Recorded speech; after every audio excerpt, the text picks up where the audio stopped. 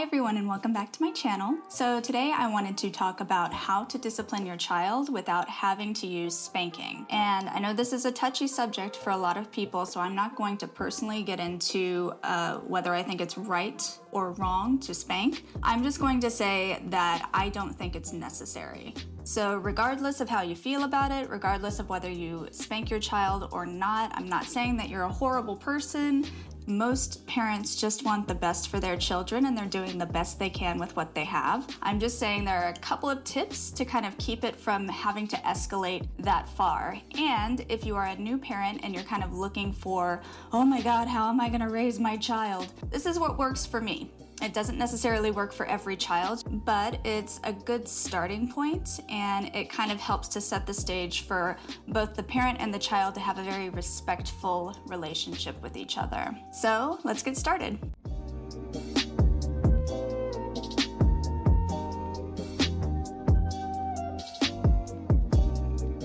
All right, I've got 10 really great tips for you guys, but before we dive in, if you haven't subscribed, please hit the subscribe button below and hit the little bell next to it so you get notified every time I release a new video. And I generally try to release new videos every Tuesday and Thursday, but I am a mom and I have an outside job and I have other responsibilities, so sometimes it gets a little lost in the shuffle, but I do what I can. If you know someone who is kind of on this journey, maybe they are spanking, but they don't feel like it's working for them, maybe they're just about to have a child and they're kind of wondering how they're going to tackle that aspect of raising a child, because disciplining is not fun, but it's definitely something that has to be done. Kids have to learn how to work in the world. So if you know someone who's about to go on that journey, just go ahead and send them this video. Maybe it'll help them. Who knows? It definitely helps me to kind of get the word out about my channel so I can make more videos for you guys.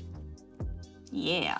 All right, so the first tip that I have for you is to acknowledge where the behavior is coming from. Why is the child acting out? Most of us tend to act out first and then escalate our acting out based on whether or not we feel like someone is actually listening to us and hearing what we're saying. And it's the same for kids. I mean, someone once told me kids are people too. And at the time I was like, what? Obviously, but now it totally makes sense. Like, we're saying that kids have emotions, they have bad days, they have times where they want something and they don't understand why you're not giving it to them. And it's worth the conversation. If you have that conversation with your child, sometimes you can de-escalate what's going on just by saying, I know, I see that you really, really want this, don't you? And they'll say, yeah. And then you can say, okay, I get that. And it must be so disappointing for you to hear that I can't give this to you right now. They say yes. Or they might say, oh my God, you can say, listen, I want to talk about this more, but I just need to tell you that we still can't get this. I understand that you want it and that, you know, it's not fun for you to not get this today, but we can't get it today. Maybe we can do something else that's fun instead of purchasing this toy. And you know what? Sometimes it's not gonna work. Sometimes your kid is just gonna get a hair in their ass and be like, no, I'm gonna make a scene right here. By starting the conversation, instead of immediately jumping to, don't you do it, which most of us, we get embarrassed in public and we're like, oh my God, my kid's gonna be the screaming kid. Let me just go ahead and break it down for you now. You are gonna have the kid be the screaming kid at some point. So just accept it and move on with your life. So basically I'm saying talk to your child like they're a person first. That should be your first step. Don't come at them like an adult that's gonna tell them what to do and how to behave. Talk to them like a person, because at the end of the day, that's what you want them to do for you.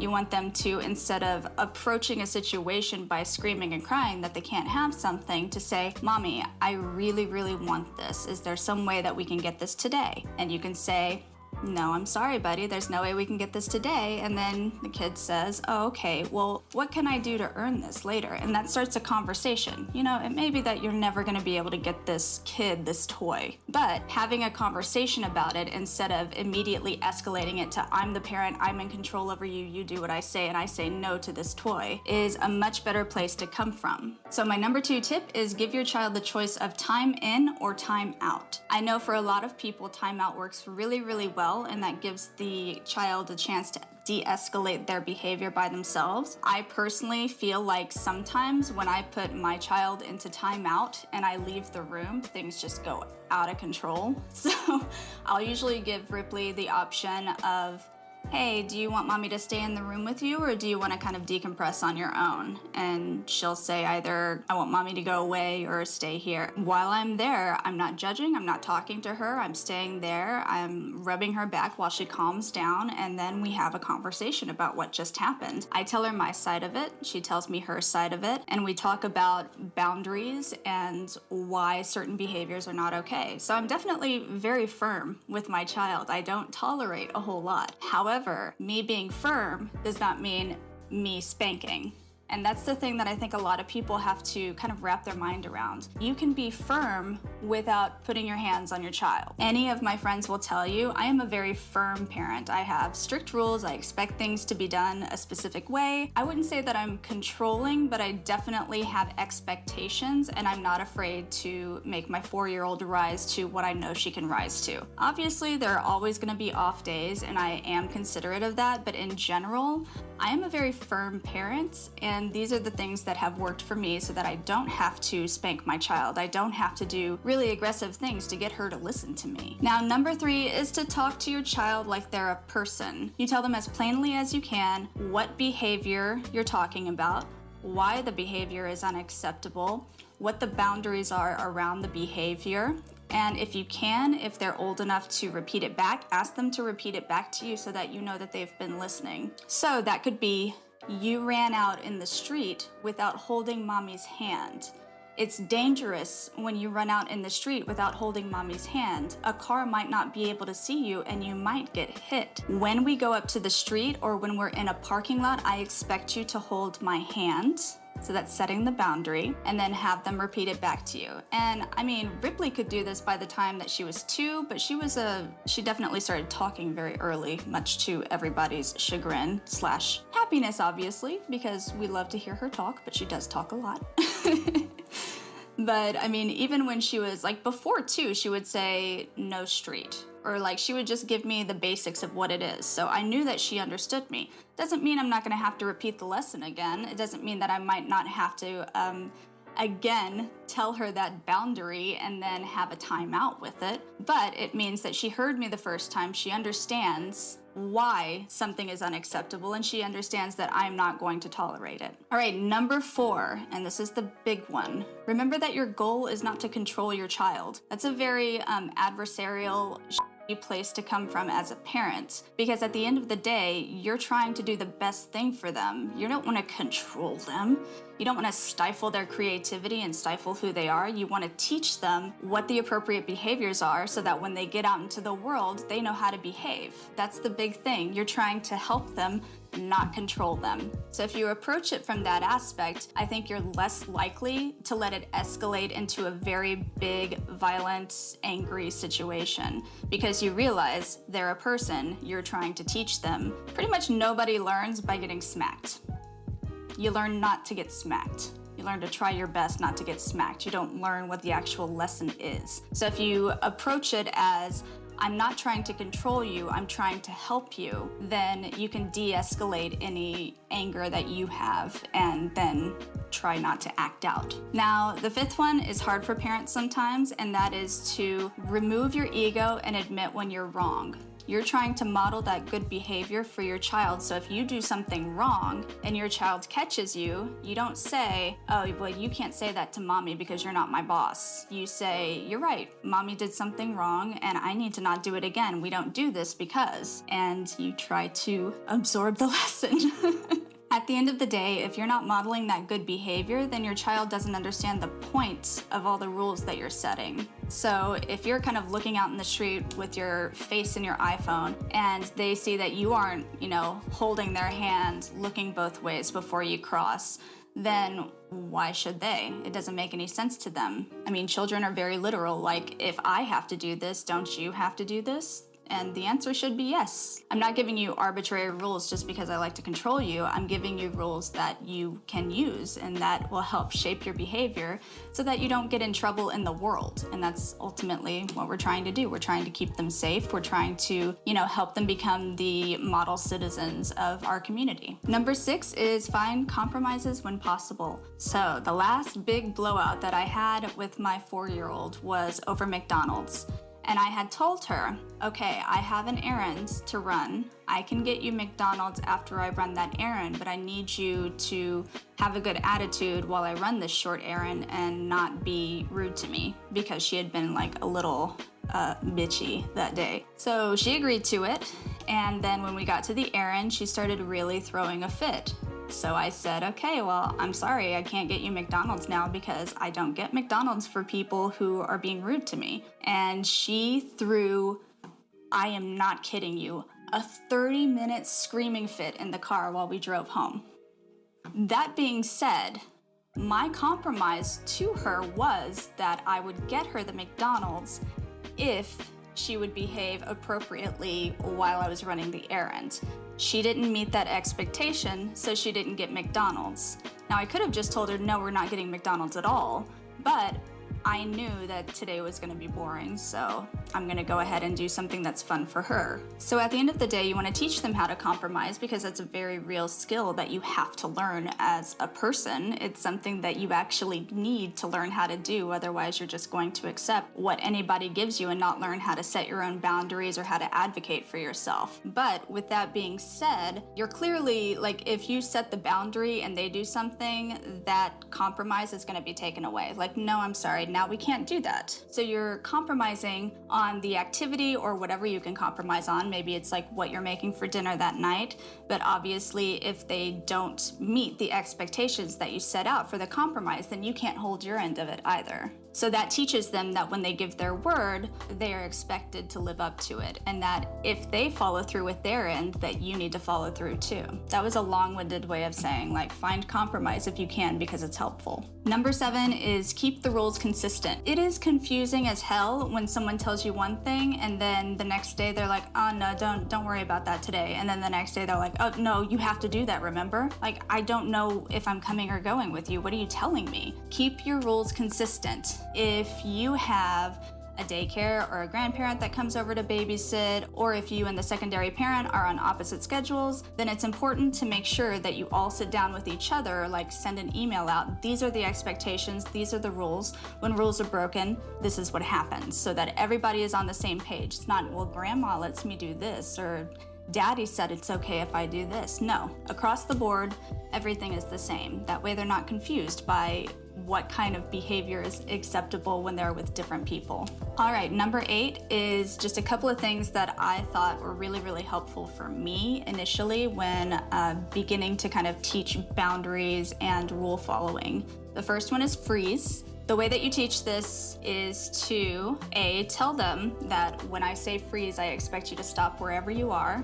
Don't do anything else. Stay in one place and be still. So this is really helpful for if they're, running toward the street, if you see something dangerous that they're about to do, if you, if you just need to like get them in check real quick, you can say freeze, and that should stop the movement. You have to tell them about freeze, and then you model it yourself. So practice one day when you're taking a walk. Walk with your child, say freeze, you freeze, they freeze, say, okay, let's go. And you just practice it that way. So eventually, I promise you'll get to this point. It feels like a little difficult at first, but eventually you get to the point where you don't have to model it for them. They just know that if you say freeze, it's time to stop what they're doing. The second one is 1, 2, 3. The way that I taught Ripley this is I would say, I need you to XYZ by the time I count to 3. If I get to 3, we're gonna have to do a timeout. So whatever she was doing, I would say 1, 2, 3, and then I would take her and sit her down and say, we have to do a timeout now. And this was around when she was like 1, 1.5. So it's not like I did a real timeout. It's like we just sat still for 30 seconds and we talked about why we were sitting still. And this is, again, kind of a difficult one to teach. It's just about repetition, but this will teach them also that when you need to talk to them, when you're asking them to do something, it's disrespectful for them to ignore you or to continue doing something that you're asking them not to do. So if you have an issue with your kid ignoring you or just kind of getting caught up in things and not really understand that you need to talk to them, then just using 1, 2, 3 can usually get through to them. The next part of Step 8 is to practice the whisper. This really works with young kids. If you just say, hey, come here, I've got then usually they'll be like, oh, what? And they'll come up to you. And then you can talk to them about whatever's going on that you need to talk to them about. And they'll actually listen. Because when someone drops their voice, you have to really pay attention to what they're saying. Otherwise, you're not going to be able to hear them. So that really gets their full involvement in listening to you and into creating that conversation with you. So number 9, this one I feel is one of the most important things that you can ever do for your child, and that is do not use humiliation techniques to discipline your child. I think it is cruel beyond measure. I think it really is just like breaking your child. You see this a lot in videos of people being like, well, she cut off all of her Barbie's hair even though I asked her not to, so I cut off all her hair. It's like, that is fucked up. A, you did something really abusive to your child in response to something that wasn't really that big of a deal and really only affected her. B, you put it on camera, and C, you uploaded it to the internet. Now, even if you don't upload something to the internet that is humiliating to your child, you can easily humiliate your child in public. So as much as I can, I try not to discipline my child around other people. If I can help it, I will always take her to a different place where we can have some privacy and we can talk about it. Because I don't want to humiliate her, I want to teach her how to behave in public. And I don't think it's appropriate to teach someone how to behave by beating them down and making them feel self-conscious. It's just not appropriate. It's really abusive. It's emotional abuse. So as much as you can, take them aside and say, hey, this is what you're doing. It's really disrespectful or dangerous or whatever. I need you to quit, or we're gonna have a really big talk about this when we go home. That way they understand that when they have an issue with someone, they don't just say, you're doing this to me and I don't like it. They will eventually start to pull you aside and say, Mommy, I feel like you're not paying attention to me and I feel like you're not listening to what I want. And I promise you, my 4-year-old does this. Not all the time, she's still 4, but she does come to me and say, I feel like you're not paying attention to me and it makes me really mad. And then we can have a conversation about it, or I can change my behavior if I'm in the wrong, which I try to be egoless as much as I can and say, you're right, Mommy wasn't paying attention to you and that's not very nice, is it? So basically, I'm modeling that appropriate and respectful behavior for her. Again, it's all about modeling the behavior that you would like to see. And number 10 is the big one. If you need to take a timeout, take a timeout. There's no reason to blow up. Most of the time when kids are acting out, they are acting out because they feel like they're not getting their needs met. Blowing up at them, getting excessively angry, like I can understand like being like, can you quit it? Every once in a while, but if that's your first response all the time is to get angry, then you just need to learn a little bit of coping yourself. So you take a step back, say, Mommy needs to have a timeout. I need you to sit there while I go over here. Take some deep breaths, count to 10, and when you feel like you have it together, that's when you approach the conversation. So again, you're building a relationship built on trust and respect, and you can't have trust and respect if you're always snapping at somebody. That's just not how life works. We've all had that boss that just always snapped at us, and yeah, maybe we feared them because we wanted to keep our job, but we certainly didn't respect them. Like, there's no reason to respect someone who treats you like shit. So if you remind yourself of that, just say, all right, I'm losing my cool right now. I need to take a step back. Then eventually also your child will learn, I'm losing my cool right now. I need to take a step back. Again, it takes time. They're kids. You should expect that there will be errors. But if you model that behavior first, if you set the intention of having a respectful and loving relationship with them first, it will make sense to them that they're expected to do the same. Now again, all of these won't work for everybody, and I totally appreciate that. You have your child is unique in all the world. So I expect that there are going to be some things that work for your family and ways that don't work for our family, and that's totally okay. But just thinking about ways that we can parent better makes us better parents, even if we're like, yeah, that doesn't work for me, but I can do X, Y, Z. I mean, the idea here is to be better parents every generation. And that's not to say that our parents were awful, it's just to say when you know better, you do better. All right, that's all I have for you guys today. If you like this video, hit the thumbs up, and if you really liked it, hit the subscribe button. Again, I make new videos every Tuesday and Thursday, as much as I possibly can. You can follow me elsewhere at OJolieXOX, and that's Facebook, Twitter, Instagram, all that. I don't know why I get so like jazz hands when I do this end spiel. And also tell me, what are your favorite parenting techniques? I mean, I feel like there are so many that I haven't covered here, and there are so many of you that have great experience, and I want to know what worked for you. Let's make this a judgment-free zone. We're all doing our best. We all love our kids and want them to grow up to be successful and happy people. So let's try to be kind and compassionate and understand where the intention is behind different parenting techniques. But yeah, I want to know, what do you do? What do you like about these methods? Is there anything that you like about these methods? How do you feel? Tell me in the comments below. All right, that's it, guys. Mwah. My jellyfish are mesmerizing. I don't want to swim with those jellyfish, but I want to swim with those jellyfish. Does that make sense? Like, if they weren't stinging, I would want to like feel how they feel on my arms. They'd probably feel stingy. I'm gonna stop watching this now.